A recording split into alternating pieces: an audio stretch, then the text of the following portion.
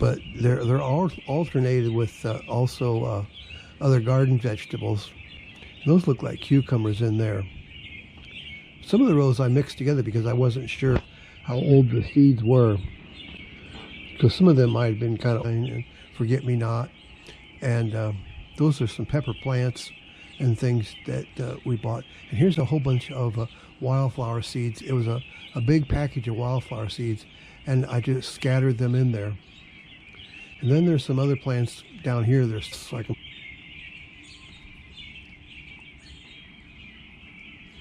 and come out and spend some more time pulling weeds out of here too. Summer.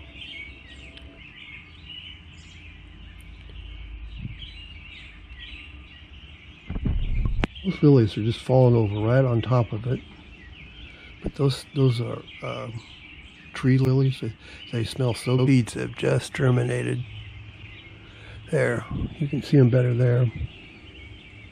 So that should be really nice. And I believe that